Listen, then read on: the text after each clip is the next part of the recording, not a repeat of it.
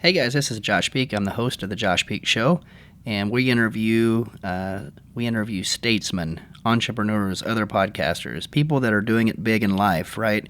And that's the kind of people I bring on my show.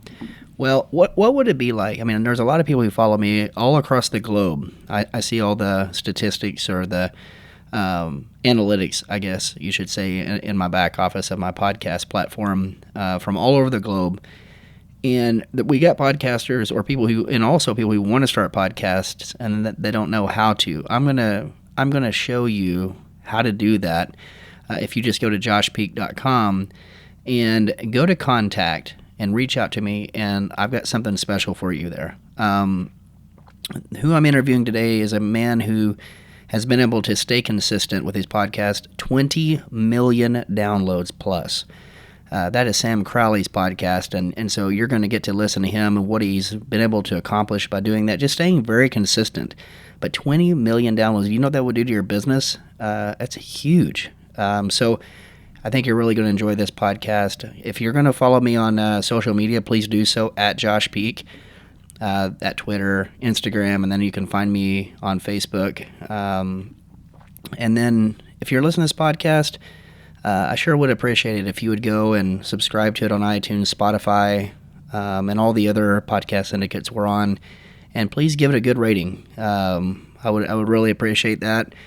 But leaving a review of this podcast and what it's meant to you and what you got out of it would help other people. So again, hope you enjoy this podcast. I know you will. 20 million downloads. That's what Sam Crowley's been able to accomplish. You're going to enjoy this. Thank you.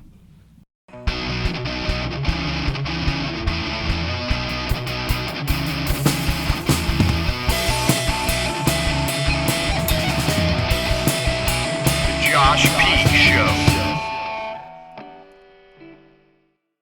Hey guys, this is Josh Peak. Welcome to the Josh Peak Show, where I'm your host, and where we interview entrepreneurs, other podcasters, and statesmen and women. I used to say politicians, but I got corrected on that last podcast. So, but today I have a special guest, Sam Crowley, who I've always followed. Always had a great social media presence, has a very successful podcast as well, and is an entrepreneur. And so, Sam, I appreciate you coming on today. Hey, it's great to be with you, Josh. Well, good. Well, yesterday it was really interesting. You put the, usually you have a lot of marketing and business stuff up, but then yesterday you had the video about bringing more of politics into social media, and I thought it was a really good message. So, what kind of drove you to do that?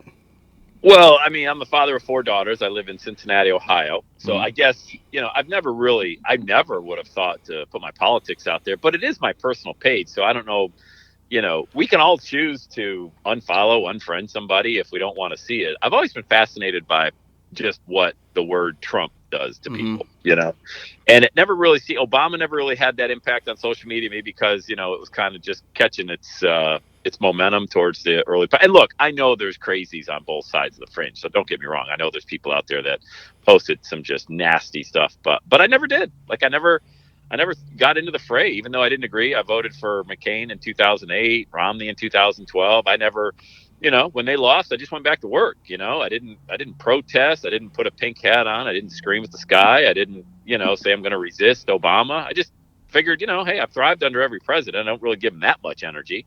But then something happened in 2016 all throughout my Facebook feed. I never knew who was Democrat, Republican, really. I mean, you can tell based on that, but it went to a whole different crazy level. And, we got right here in Cincinnati, Ohio, we got Nick Sandmann, who got crucified on social media. We're wearing his red hat to a pro-life rally in D.C. a couple of years ago. And, turns out now he's going to be a really rich guy suing CNN and now the Washington Post and all these other places that just, put him in a really bad light. But then it started creeping into my house with teachers, Mm-hmm. my kids go to public school here in Cincinnati, and the teachers are posting their crazy nonsense on, not all of them. Look, most of the teachers that in our community are great. And I think you got to really say that that old adage of, it only takes a few coins in the piggy bank to be the loudest. They rattle around, and these teachers went nuts. And a couple of them were teaching my kids. I'm like, whoa, guys, come on. I mean, Donald Trump's a Russian asset. He's a Russian spy. I mean, we're really going to go down that road and spend 3 years and $40 million on that. And you're going to now put yourself out there saying that stuff. It's one thing to think that stuff, but keep it to yourself. If you're a teacher, for example. So I never really, I never go on anybody's page and get into the dirt with them. I just either, if somebody posts some whack job conspiracy theory, like, the president's a Russian asset, I just unfriend them. I don't even let them know I unfriended them. I just move on because social media doesn't have that much of power over me. But when it happens and it seeps into my community via social media, that's when I kind of got a little bit. So I figured, hey, you know what? I'm just going to put a Facebook Live out there on my personal page. I certainly don't ever. I've never in 15 years I've had a podcast, for example, 20 million downloads. I've never even uttered one political message because that's not good branding. That you don't want to mix. If you got a bucket of red paint and you got a bucket of blue paint, you don't want to mix the two together because then it just becomes a mess. So I've always kept my business pages business, but my personal page now, I've been way bolder in my faith. I'm a Christian, so I've been really posting a lot of scripture out there because I think our world needs that. And I'm not pushing it on anybody. That's the beauty, like I said, of social media, Josh. You can turn that stuff on and off, unfriend, unfollow, whatever you want to do. But then I just started getting people, posting these nasty comments. And I'm like, hey, you don't got to participate. This is my page. It's my personal opinion. So I did a Facebook Live yesterday and just went for maybe 25, 30 minutes and said, hey, guys, let me just lay this out from a parent's perspective in the Midwest. Not a coastal guy, not New York, not California, not, super fringe either way. Just a guy that believes in, Second Amendment, Jesus Christ, strong borders, strong military, just things like that. I mean, I thought that's kind of like American apple pie. I don't think it's too controversial up until 2016. And so, I mean, that was the Democratic Party under JFK. So That's interesting anyway, you say that. I mean, there's a few things you said there that. So the first thing, I mean, I'm from Oklahoma, so all 77 counties went red. All yeah, went Trump. I'm not on the fringe either. We're right. Everything you just said, I totally agree with. I mean, we've homeschooled though the whole time through. My son wrestles, so we don't have the Tebow bill, which allows kids to wrestle for public schools if they live in the district. We're one of the only states, so this year I do have him virtual schooling at a public school, and he's making incredible grades because that's all he's ever done is yeah, basically. And so I'm a school choice kind of guy, and I'm with you. That it doesn't mean like the last podcast I had, it was with a state senator here. We talked about school choice. We're huge. School choice doesn't mean you're anti-public schooling, and I'm all for a great education. And there's these teachers I don't have an issue with. But when they come on and do that, I think that is you make a good point. The second one is the podcast. What is the name of your podcast? So everybody knows. I every just day, every day is Saturday. every day is Saturday. Yeah, I just don't want Yeah. people to forget that. And then just like you said, I mean, the 2016 rolled around and it did change a lot of things. And I think the media. Well, I'll say this: I don't think the media reports news anymore. I think it's just clickbait. I don't think they. Yeah. I don't think they want to talk about the news and necessarily, but yeah, when it gets into your household from that standpoint, that does kind of change some things. So what did you get from your Facebook Live? Like, what was the response overall? Well, it was all positive because I've blocked so many people from my page that it would be pretty impossible. A couple, fringe people showed up because I wasn't friends with them. But that's another thing. I don't even know who follows my personal page because it's wide open. Hmm. I don't have any restriction on it. So, 99% positive. That's Like, awesome. wow, this is great. So that's it. But that's how I set up my personal page. I don't. Over the last 12 months, mainly in the last 6 months, I don't even know how many people I've blocked, just a ton. Even if they didn't say anything, when I see what goes on in their feed, that especially in an election year, because all the nuttiness comes out during an election year. And so that's when I, basically just unfriended, unfollowed, blocked everybody so I wouldn't see it. And it's great. It's been a really great experience. Yeah, yeah.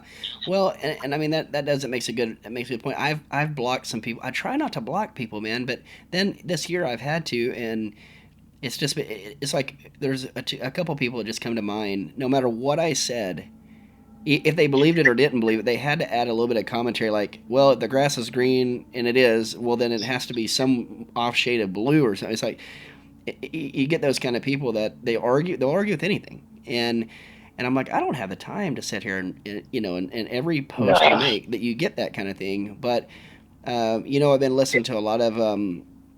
I listened to a really good podcast that you probably like. It was Glenn Beck interviewed Nicole Arbor, and she made a really good point on. She's a conservative, but comedy anymore is making if you see it is making a big resurgence online, not necessarily on the news or on the mainstream television anymore, because in Hollywood even they've clamped down so hard on what you can and can't say. It's just this, it's insane anymore. And social media, I feel like, has opened up I think it's exposing more than it is anything. I mean, you saw what happened to this bill that passed yesterday. I mean, that thing, you talk about Yeah. exposed. People are doing the research, man. Yeah. Yeah. The thing about Facebook, let me just stay on the Facebook topic Yeah. because I think Twitter's just a huge cesspool. Oh, it is. I might grab a glass of wine and scroll Twitter just for entertainment. But, what I mainly in Facebook, I mean, I may have 5,000 friends. I put that in air quotes, and then maybe 3,000 people that follow. I might have 3 good friends in the whole world. Mm-hmm. So when people are like, you got to listen to, you don't want to block, I'll block everybody because they're not, I give Facebook about as much energy as I give my garbage dumpster in my driveway, where I put my garbage. So if they're going to, act crazy like they've been acting and censoring and all this whole election stuff that you couldn't, even question anything about. So I don't even entertain people on that platform that don't agree with me because, like you said, why do I want to keep getting these ping notifications of people that are arguing with me when I can avoid any of that and just have a conversation with somebody like you or maybe somebody else? We agree. And I'm not looking for yes people, but I treat Facebook like a joke. I use it for Facebook ads. If I didn't have that business that I ran a funnel to with Facebook ads, I wouldn't even be on the platform. So I'm not going to give Facebook, Twitter, or any of those platforms any energy and any respect. I'm just going to treat it like the cesspool I think it is. It's funny you say that. So we run Facebook ads for our clients, and I'll be honest, that's the only reason that I don't get way out there on politics, whatever. I don't want to get suspended or or whatever. So then all of a sudden I can't run ads for my clients, right? So I have to be somewhat careful in that regard. But I'm with you. I mean, especially over the holidays, I'm going to completely slow down off social media, and I'm with you. One of the main reasons I use social media is just so I can run ads for me and also for our clients. Other than that, I'm about tired of social media in a lot of ways, but it has exposed. Well, I'm telling you, man, it has exposed a lot of people, especially like Hollywood and these kind of guys that they think they're going to go out there and hide behind whatever, and then, boy, I mean, you're talking about exposure and maybe in some of the wrong ways sometimes. It gets interesting. Well, I think we've all looked at Hollywood as just a bunch of people that could not possibly be more out of touch with America. Mm-hmm. They don't even know. They couldn't find Cincinnati, Ohio, if you gave them a map in 5 months to find it. Mm-hmm. They only know the coast, and they only know what they don't like. Pigs don't know pigs stink. The old adage, if you're in a bunch of slop with a bunch of pigs, they're like, oh, this is fine. Nothing smells here until you come in from the outside. And I think, here's a good example of Facebook. This morning, they just passed that stimulus bill, which is a whole other joke. Yeah. And so they're going to give us our money back. They're going to throw us $600 after locking down the country for 9 months. And there's restaurants and waiters and waitresses, and everybody's losing their job, can't work, can't see your family, can't celebrate the holidays. But hey, here's $600. So I'm like, screw it. So I posted on my Facebook page, I'm giving you my stimulus check of $600. Send me a private message. Let me know. Just private. Don't post it here. But I need a family that's in distress. Maybe you lost your job. Maybe your restaurant got shut down. I'm going to just send you my $600 because you don't deserve what's happening to you. Mm-hmm. So that's the good thing about Facebook is when you have a large following. Large is a relative term, but a large enough following where now my instant messaging is blowing up all day, and I get to pick one person, one family that I'm going to Venmo or PayPal at 5:00 today, $600, and it's not going to change their life, but it's 2 days before Christmas, 3 days before Christmas. So it'll help. And that's the good thing about a social media platform. Well, let's talk about this a little bit. Your podcasting. How did you get started in the podcasting world? I mean, you have a very successful podcast, but how did it? How did you get started? What was really your mission? What were you wanting to accomplish? And then I guess the add-on question to that is so from what I see, you actually help other people build podcasts too, right? I do, yeah. So 15 years ago, I was a corporate slave, working for a subsidiary of a Fortune 500 company, and I was there for 15 years. Totally grateful. I mean, I'd worked my way up from just telephone sales, making $9,900 base salary back in Buffalo, New York in 1990, to running a $90 million division and making over 100 grand salary. But I never saw my kids. I had two daughters at the time, and they were just corporate orphans. And, my dad walked out on me when I was 3 months old, left my mom to raise eight kids by herself. So I know what it's like to grow up without a dad around. And here I was making good money. I mean, best I've ever made. I couldn't believe it, but never seeing my kids. So came home one night, 2004, November of 2004, was a Monday night, and came home late for dinner as usual. My daughter, who was 3 at the time, asked, "Daddy, is tomorrow Saturday?" And she asked me that all the time, and I said, "Why do you keep asking me that?" She said, "Because I never get a chance to see you. It's the only day we spend together." So like, oh man. So Hmm. that was a real punch to the stomach. So I said, "You know what, honey? Someday every day is going to be Saturday." So I quit my job 6 months later, just walked out and had no plan B. Failed miserably. Went bankrupt actually because I tried to run a franchise. It's a whole different. It's just like a whole other podcast. But anyway, Yeah. I had to go back to my job 3 months after I quit and start way back in the first rung of the ladder like I did 15 years prior to that. But at least then I had just so much because I was bankrupt. I had to file bankruptcy in October 2005. So I started a podcast from that cubicle, and podcasting was brand new. That I was probably there might have been a 5,000 podcast, maybe. This is 2005. This is 2 years, 3 years before the iPhone even came out. So now there's over 1 million podcasts on iTunes. Gives you an idea how fast it's grown. So I just started sharing the everyday is Saturday message, talking about how my daughter wanted every day to be Saturday and go for your dream and motivating and motivate, just planting seeds, planting as many. I wanted to be like, a Tony Robbins, a Bob Proctor, Les Brown, guys that I listen to on my way to work every day. And it kind of took hold, and so I started getting booked to speak and had a product launch. And here we are, 20 million downloads later. I podcast every day from my car in a Dunkin' Donuts parking lot. That's crazy as that sounds. I just use my iPhone, put a mic on it, and let it rip. That is awesome. I love that story, man. I mean, and only in America. I mean, it's crazy that you can do that. I mean, 2007 is when I started, and I wasn't as consistent probably as you have been. And then now we're getting some really good guests, and then obviously we have you on, so it's great. And I think podcasting. I mean, you look at blog. I mean, we knew about this. I, and there's other people that knew about it, but the blogs, the podcasting, it was basically in a way breaking up just your traditional media. I mean, it was a way of getting your voice out and changing things. From I guess from the way people usually get their news. I mean, that's all I listen to is podcast on my iPhone when I'm when I'm on the road or whatever. That's all I listen to is podcasting. I like Jocko's podcast. There's a lot of them that I really like, and but 20 million downloads. I mean, do you think it was because you were early? Do you think it was because that you just had really good content? I mean, 20 million downloads, that's huge. How do you do it? I mean, like if you're going to tell someone, okay, Man. here's how you get 20 million downloads. I mean,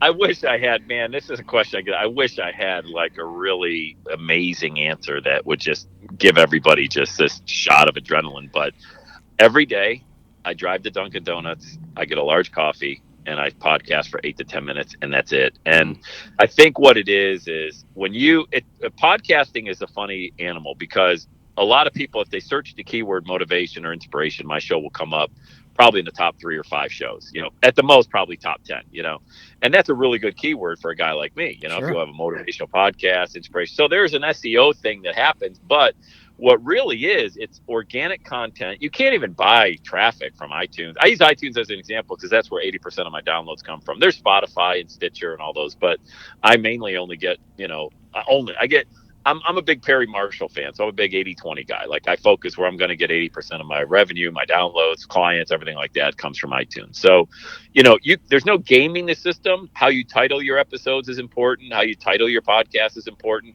Having guests on, like I've mentioned, having Bob Proctor on and Mark Victor Hansen in the past couple of weeks, but I don't do an interview based show. If somebody like that sends me an email, then yeah, absolutely, come on the show. That's great content for my audience. But how do you create a winning podcast is you're consistent and you stand out from everybody else out there, because it seems like everybody and their brother's got a podcast now, Yep. But here's the thing, only 18% of the podcasts on iTunes have been updated in the last 90 days. Wow. So if you're somebody that comes on and you're willing to just, it doesn't matter if you do it 3 times a week, 5 times a week, once a week. If you're consistent, you're going to be part of that 18% that people see continuously in their feed. It's going to catch hold. But like anything, I mean, what I'm telling you is not like, oh my God, that was amazing. But it is amazing to understand that 82% of that platform is just dead audio desert that nobody's updated, you know? So are you using, and that makes sense. So are you using like a syndicator like Libsyn or somebody like that? That way it goes to all these other podcast platforms, or is that how you're doing yours?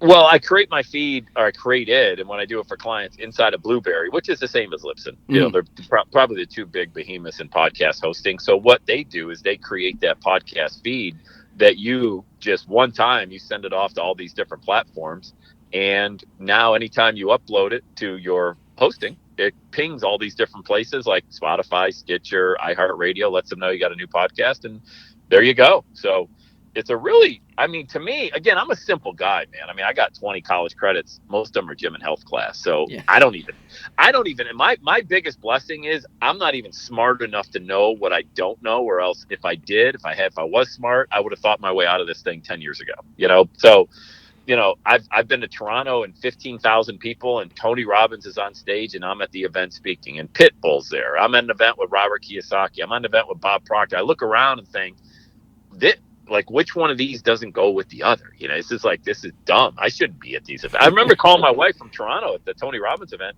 and I've got the photo of the newspaper where it's got Tony Robbins, Pitbull, and a bunch of other people, and me.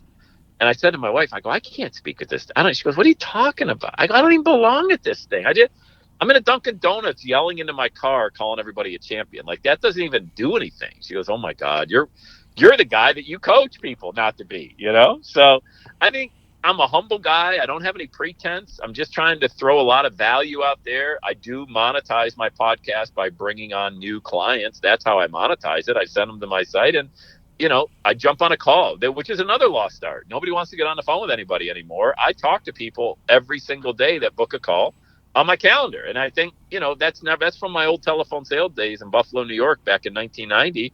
I don't have a script. I don't have this, walk people through if they say this. I have a conversation like you and I are having. Hey, can I help you? Yes, great, let's do it. No, great, nice talking to you. I think sometimes we think our way out of so many really great opportunities. We just don't keep it simple. I think you're right.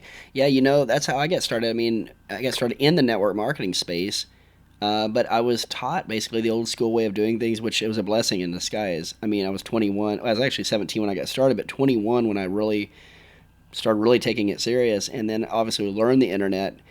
But I feel like my generation, or the generation that was in that crowd right there, to where you learn how to use the phone and you learn how to use the internet, because usually it's one or the other for most. But if you can do it both, it's huge. But so when I guess when someone goes to your site, what services or what products do you guys sell? Me, I sell one-on-one coaching. That's all I do. Cool. One-on-one coaching. That's it. So, and it's high ticket. So, it's not high ticket. I have sold high ticket. I have that available. But the reason I only really specialize in high ticket sales, at least right now, is because, if somebody's in pain, they want out of pain. Mm-hmm. So I don't want to send them to a tripwire, into an ebook, into a course. Hey, are you in pain? I'll help you get out of pain. And what I specialize in is helping people gain clarity with their message and then really monetize. Because a lot of people don't know how to articulate, what do you do?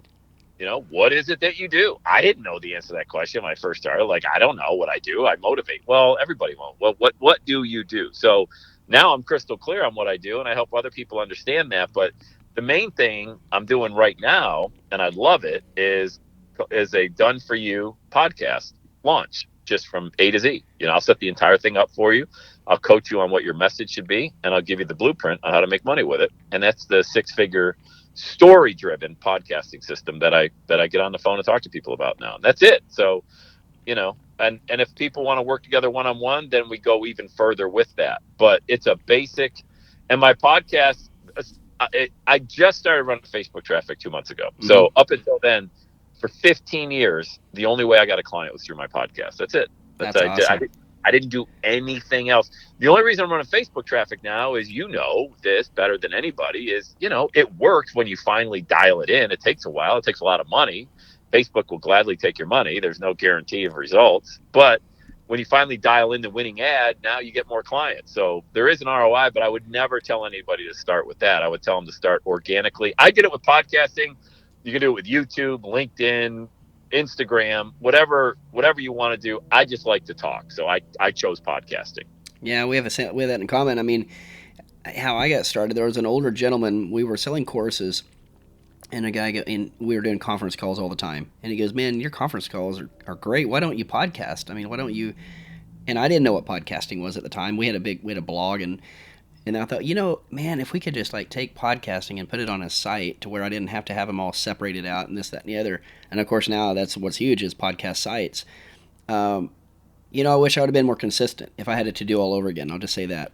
If I would have been more consistent, but I mean, I think like you're saying, if you stand apart from everybody else, I mean, and you stand out, I still think there's a lot of room in podcasting to be successful. Yeah, because I think everybody wants to get caught up in their own head about, well, I'm not, and then fill in the blank. I'm not Josh. I'm not Sam. I'm not Tony Robbins. I'm not Robert Kiyosaki. People don't want that. Like, I can't relate to somebody making $100 million a year. I can't relate to Tim Ferriss. I can't relate to Gary Vaynerchuk, but I can relate to Josh Peak. I can relate to Sam Crowley, because here's a guy living in the Midwest who is not that far ahead of where I'm at. And he sounds like he's got everyday issues like he's not living in Malibu, So I think people really sabotage their success by saying, well, because I'm not famous or because I don't have a brand, people don't want to hear me. I think it's the exact opposite. I think the real secret sauce is, hey, I just got home from work today. I wanted to share this message with you about gratitude or something like that. I mean, people relate to that.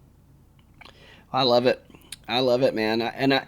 I'm so glad that I was able to get you on this podcast, because I saw, obviously I saw your post, your Facebook Live, and I'm like, I'd love to be able to get you on here just to pick your brain a little bit, which we've done. And I appreciate you coming on. Where can people find your information? Like, obviously on iTunes and that kind of thing, but where can they find your website to get more information about what you do as well? Yeah, sure. I mean, look, the main site's always everydayissaturday.com, everydayissaturday.com. But if you want me to, like I said, be done for you, if you want to just jump on a call and talk about your messaging, your podcast, or do what I do, make money or monetize your message, go to launchmymovement.com, launchmymovement.com. And of course, they can find the podcast on iTunes as well, and Stitcher. Every day is Saturday, baby. Every day is Saturday podcast. That's right. It's a good message. I love it. Well, Sam, I really appreciate you coming on, and hopefully we can maybe do this again sometime. And so again, if you guys want to check Sam out, you can go check what he just on the links on iTunes and other places. But great message, and I love what you did on Facebook yesterday. And you distinguished your business page is your business page, but your personal page, you should be able to say what you want on it, and I think it was a great message. Yeah, hey man, I appreciate that, and thanks for having me on. It was great to finally connect. I know, we've been connected for a while on social media, and congrats to all you're doing. That's super, man. Well, I appreciate it. Well, you guys have a good Christmas and a good rest of the year, and have a good 21. You got it. Thanks, Josh. I appreciate it, buddy. Thanks, Sam. All right, we'll see you.